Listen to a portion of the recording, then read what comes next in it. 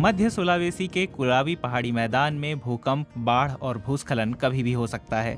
Richter पैमाने पर 7.4 तीव्रता वाले भूकंप ने 2018 में कई घरों को जमींदोज कर दिया।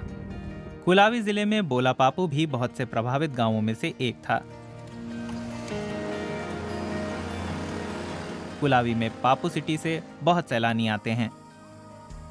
आर्किटेक्चर विदाउट बॉर्डर्स इंडोनेशिया संगठन के साथ मिलकर अब कुछ युवा गिरे हुए घरों को बांस की मदद से फिर बना रहे हैं।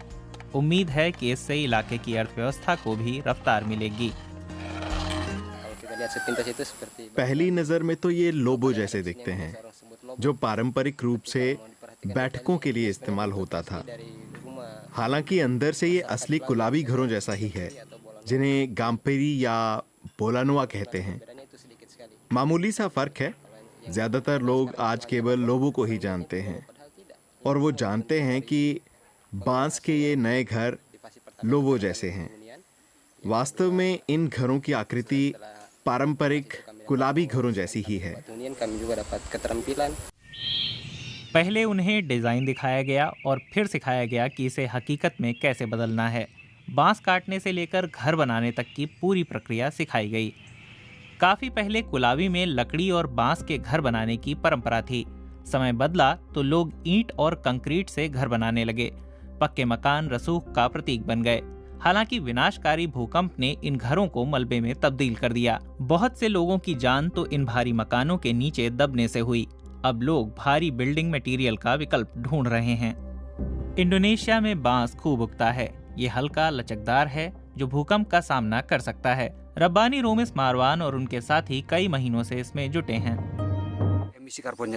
बांस के इस्तेमाल के फायदों में कार्बन का कम उत्सर्जन और जल संरक्षण भी शामिल है, क्योंकि बांस के पेड़ सूखे इलाकों में भूजल को वापस लौटाते हैं। बांस इलाके के इकोसिस्टम को हुए नुकसान की भरपाई करने में सक्षम है। ज्यादा अहम यह है कि बांस बेहद दिलचस्प है, क्योंकि इसमें मानव कौशल की जरूरत होती है। इसका मतलब है कि आपदा झेल कर बचे लोगों को घर देने के साथ ही ट्रेनिंग में शामिल होने वाले लोगों के लिए हम कमाई का जरिया भी दे सकेंगे।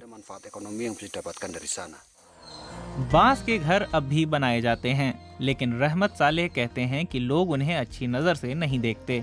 वो सेंट्रल सुलावेसी कारसा इंस्टीट्यूट के निदेशक हैं, जो बांस के घर बनाने के प्रोजेक्ट में आर्किटेक्चर विदाउट बॉर्डर्स इंडोनेशिया का साझीदार है। गरीबी के बारे में अक्सर सामाजिक और सांख्यिकी संगठन जो आंकड़े जुटाते हैं, उनमें दूसरे मानकों के अलावा ये भी दर्ज किया जाता है कि मकान बनाने में कैसा सामान लगा है। कंक्रीट के अलावा हर किसी चीज को गरीबी की निशानी माना जाता है। इन चीजों से भी हमारे नजरिए पर असर होता है।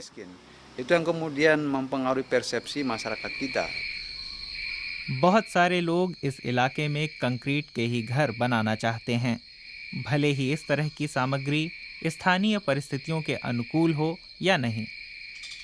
कारसा इंस्टीट्यूट ने अब अलग अलग बिल्डिंग डिज़ाइन तैयार किए हैं, जिसमें बांस इस्तेमाल होता है। इसमें निजी घरों के साथ साथ स्कूल और स्वास्थ्य केंद्र जैसी सार्वजनिक इमारतों के डिज़ाइन शामिल हैं। मारवान भी अपने परिवार के साथ जल्द ही बांस के घर में रहना चाहते हैं। जो कुछ उन्होंने सीखा उस पर उन्हें गर्व है। ये कुर्सी जिस पर मैं बैठा हूँ, ये सीखने की प्रक्रिया का नतीजा है। इससे पहले ऐसी कुर्सी बनाना वास्तव में बहुत मुश्किल था। कुछ महीने की ट्रेनिंग का ये अतिरिक्त फायदा है। ये घर बनाने से पहले मारवान छोटे मोटे काम करके गुजारा चलाते थे, लेकिन अब उन्हें यकीन है कि जो हुनर उन्होंने सीखा है वो उससे नई शुरुआत कर सकते हैं। मारवान की तरह ही यहाँ बहुत से लोगों के पास अब सुरक्षित घर हैं और बेहतर भविष्य का जरिया भी। खबरों में बने रहने के लिए आप हमारे YouTube चैनल को सब्सक्राइब करें, लाइक करें। साथ ही लगातार अपडेट्स पाने के लिए आप हमारे बेल आइकन को जरूर प्रेस करें।